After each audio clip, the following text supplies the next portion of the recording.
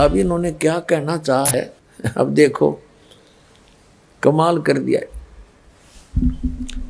इन लोगों ने ये भी नहीं सोचा तुम रेफरेंस क्या लेने जा रहे हो, हजरत मोहम्मद की बेइज्जती कराना चाहते हो या इसकी कोई इज्जत रखना चाहते हो। इन्होंने जिन जिन मंत्रों का हवाला दिया है अब भविष्य पुराण से उसको स्पष्ट करते हैं। देखिएगा, ये है भविष्य पुराण, ये हम पढ़ रहे द्वितीय खंड में 2 पर्व हैं यहाँ से, और ये भविष्य पुराण हमने उठाई, इससे क्लियर हो जाएगा, इससे बिल्कुल स्पष्ट हो जाएगा जो दास आज करना चाहता है।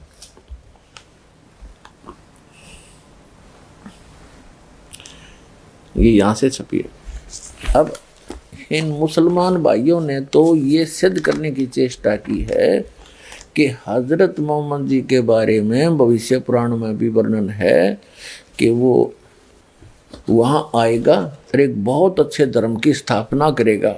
यानी क्योंकि ये मुसलमान धर्म को सबसे अच्छा धर्म मानते हैं, जो कहते इससे अच्छा कोई धर्म ही नहीं है। और भविष्य पुराण का इन्होंने रेफरेंस लिया है, तो हम यदि भविष्य पुराण की माने तो भविष्य पुराण में क्या लिखा है, मलेच्छ का अर्थ तो सीधा कर दिया, नीच, जो व्यक्ति श्रेष्ठ ना हो। अब देखो यहाँ देखिएगा, ये है अथ 3 अध्याय,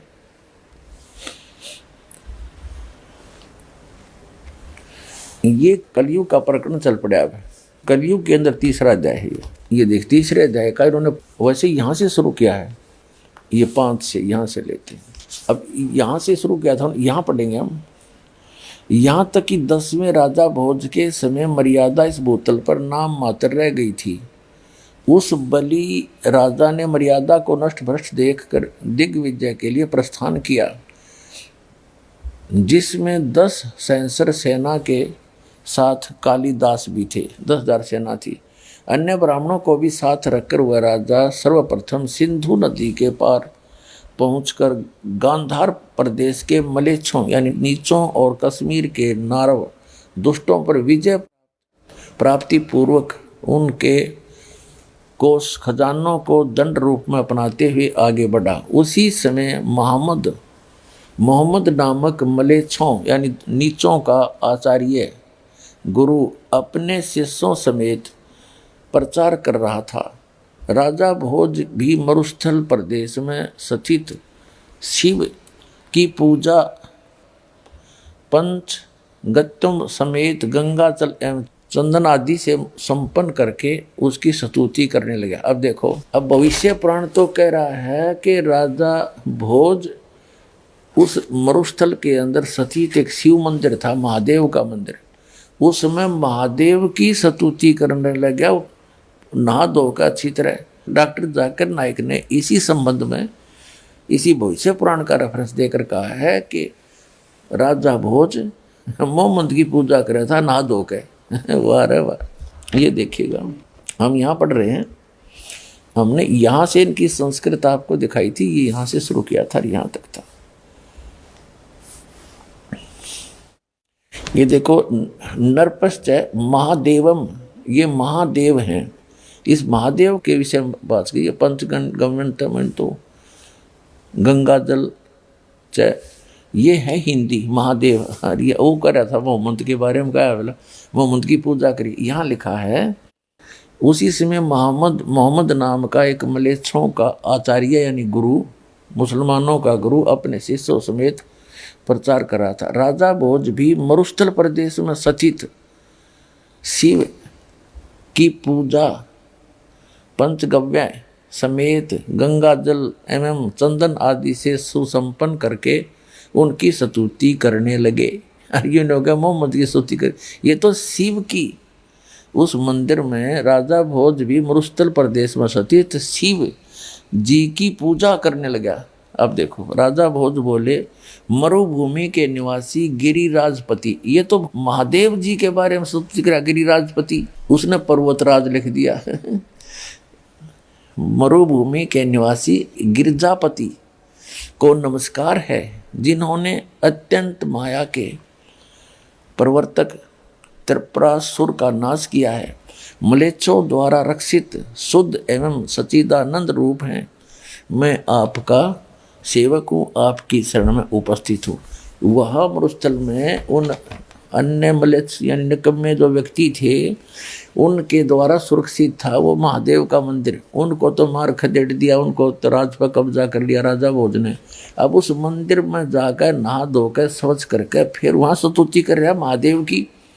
डॉक्टर जाकिर नाइक जी कह रहे हैं कि वह स्तुति कर रहा था मोहम्मद की नहा धोकर मरुस्थल में।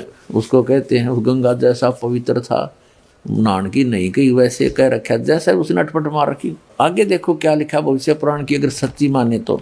यहाँ देखिएगा, ये तो हमने पढ़ दिया यहाँ तक। तो राजा भोज मरुभूमि के निवासी गिरजापति को नमस्कार है। ये तो उस महादेव जी को करे मंदिर में।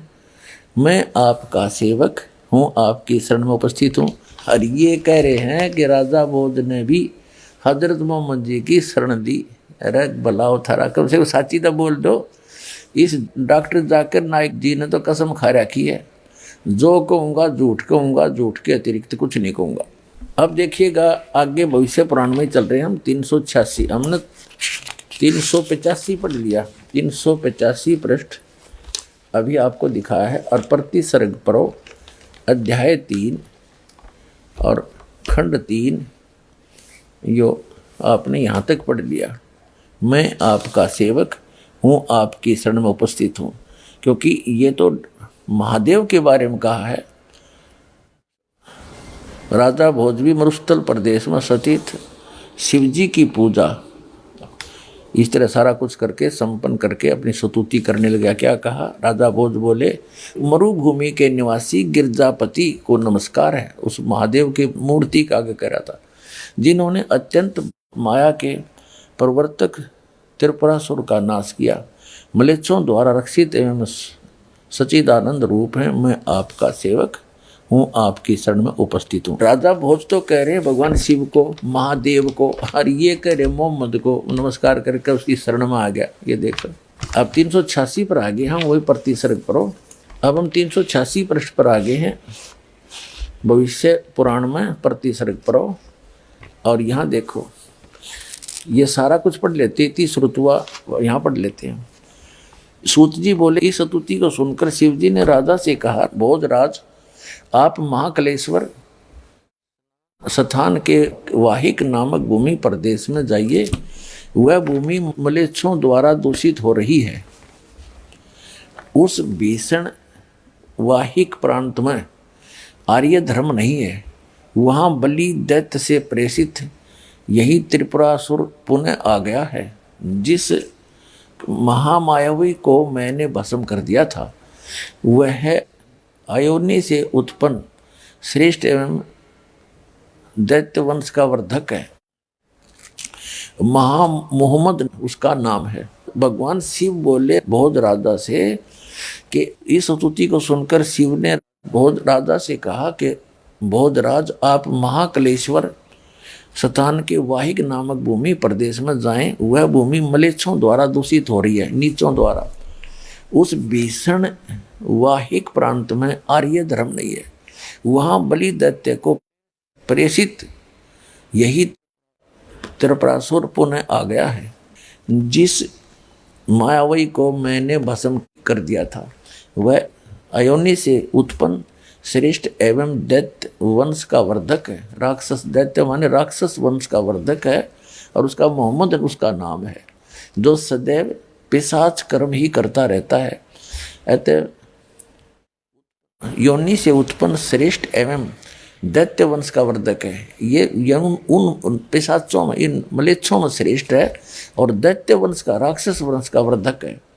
और मोहम्मद उसका नाम है, मोहम्मद, जो सदैव पिशाच कर्म ही करता रहता है। अतः राजन तुम इस धूर्त एवं पिशाच के प्रदेश में मत ठहरो, मेरी कृपा से तुम्हारी शुद्धि हो जाएगी। इसे सुनकर राजा अपने देश के लिए चल दिए। अपने शिष्यों समेत मोहम्मद भी सिंधु नदी के तट पर आया। उस कुशल मायावी ने प्रेम भाव से राजा से कहा, महाराज आपके देव मेरे दास हैं। नरप देखिए मेरा उत्तिष्ट भोजन करते हैं। इसे देख सुनकर राजा को महान आश्चर्य हुआ और वह भी उस भीषण मलेच्छ धर्म का अनुयायी होने की सोचने लगा। उस समय कालिदास ने क्रुद्ध होकर मोहम्मद से कहा कि धुर्त, राजा को मोहित करने के लिए यह तुम्हारी माया है, अतः तुम ऐसे दुराचारी एवं वाहिक के अधमा अधम का मैं वध कर दूंगा। इतना कहकर वह ब्राह्मण निवारण मंत्र का 10 सहस्र जाप करने के उपरांत उसके दशांश से आहुति प्रदान करने लगा। उसी में वह भस्म होकर मलेच्छों का देवता हो गया। तत्पश्चात उसके सभी शिष्यगण भयभीत होकर वाहिक देश चले गए। रात्रि के समय वह मायावी देव पिशाच के रूप से भोज से कहने लगा, तुम्हारा आर्य धर्म सभी धर्मों से उत्तम है। मैं तो ईसा की आज्ञा से दारुण धर्म का प्रचार कर रहा हूँ। लिंग कटाना सीखा, चोटीहीन होकर केवल दाढ़ी रखना, मेरी बड़ी बड़ी बातें करना और सर्वभक्षी मेरे वर्ग के लोग होंगे। कौल तंत्र के बिना वे पशुओं के भक्षण करेंगे और कुछ स्थान पर मूसल द्वारा अपने सभी संस्कार उनके होंगे। इसलिए यह मुसलमान जाति धर्म दूषक कही जाएगी। धर्म दूषक माने धर्म का नाश करने वाली। यह मुसलमान जाति धर्म दूषक कही जाएगी। इस प्रकार पैशाच धर्म मैं विस्तृत करूँगा। इतना कहकर वह चला गया और राजा भी अपने घर लौट गए। अपने आत्माओं, यदि भविष्य पुराण को ही मुसलमान प्रवक्ता डॉक्टर जाकिर नाइक जी सत्य मानते हैं तो आपके सामने ये भविष्य पुराण भी रूबरू कर दी। अब आप निर्णय ले लेना ये क्या कहना चाह रहे थे हजरत मोहम्मद के विषय में और भविष्य पुराण क्या बता रही है उसके विषय में। वो कैसे धर्म को चलाएगा, उसमें क्या क्या क्रिया होंगी, ये आपने पढ़ ली। अब इसके ऊपर ज़्यादा टिप्पणी दास नहीं करेगा।